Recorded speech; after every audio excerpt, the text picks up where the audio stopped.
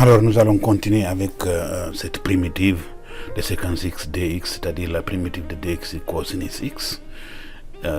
Aujourd'hui on va avoir une autre variante, c'est-à-dire que si on dit que c'est 1 sur cosinus x, on peut faire une petite transformation avant de calculer l'intégrale.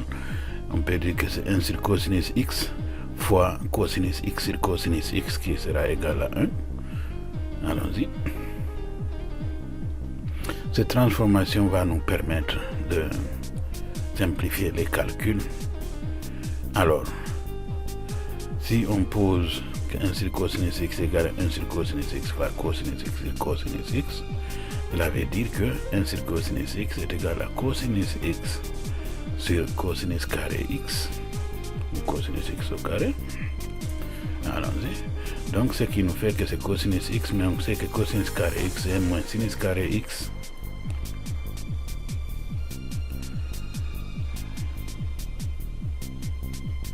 Voilà. Donc, si on a cette relation, on peut poser que la primitive de dx sur cosinus x est égale donc à la primitive de cosinus x dx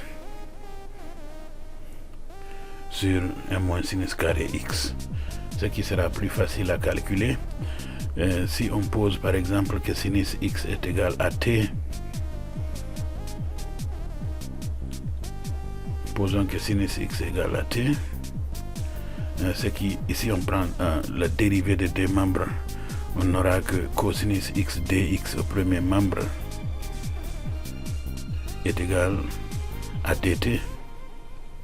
Donc on peut remplacer ces valeurs par leur équivalent dans notre intégrale, ce qui fait que l'intégrale de cosinus x, intégrale de dx sur cosinus x devient l'intégrale de dt sur 1 moins t au carré.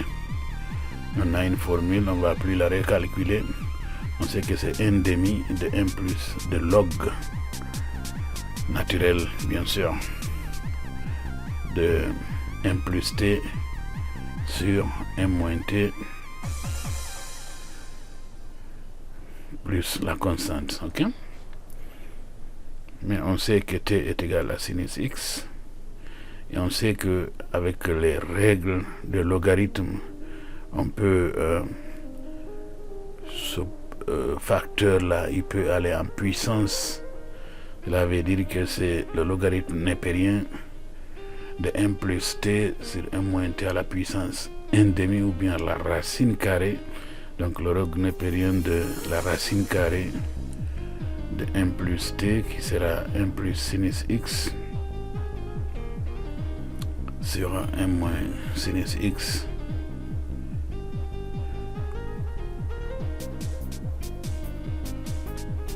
plus la constante.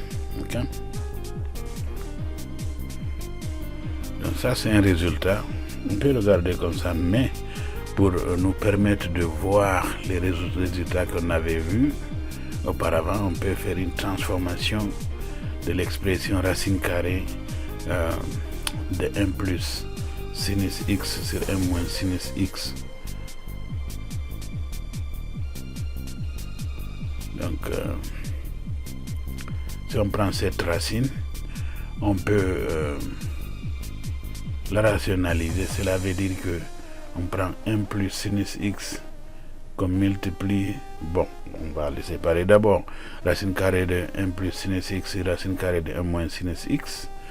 Et puis, on va rationaliser le dénominateur. Cela veut dire que on multiplie numérateur et dénominateur par le conjugué du dénominateur. C'est-à-dire que 1 plus sinus x, facteur de 1 plus sinus x au numérateur. Et au dénominateur, on a racine carrée de 1 moins sinus x, facteur de 1 plus sinus x.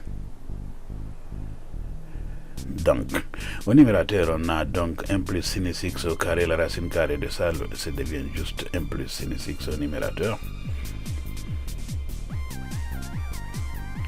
Et au dénominateur, on aura donc la racine carrée de 1 moins sinus carré x A moins B facteur de A plus B en fait. Donc, ce qui revient à dire que c'est 1 plus sinus x sur la racine carrée de cosinus carré x et moins sinus carré x égale cosinus carré x. Autrement dit que c'est 1 plus sinus x sur cosinus x. Qui est donc égal à 1 sur cosinus x plus 1 sur sinus x sur cosinus x qui est de tangente x. Okay? Donc, finalement, on retrouve que c'est séquence x plus tangente x qui est la racine carrée de 1 plus sinus x sur moins sinus x. Donc, l'intégrale en question de dx sur cosinus x devient, bien séquence x devient le log de séquence x plus tangente x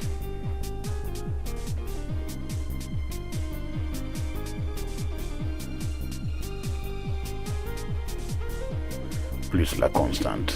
Et c'est ce qu'il fallait voir. Maintenant, on peut apparaître transformation pour trouver les autres valeurs qu'on avait trouvées lors de la vidéo précédente. Merci.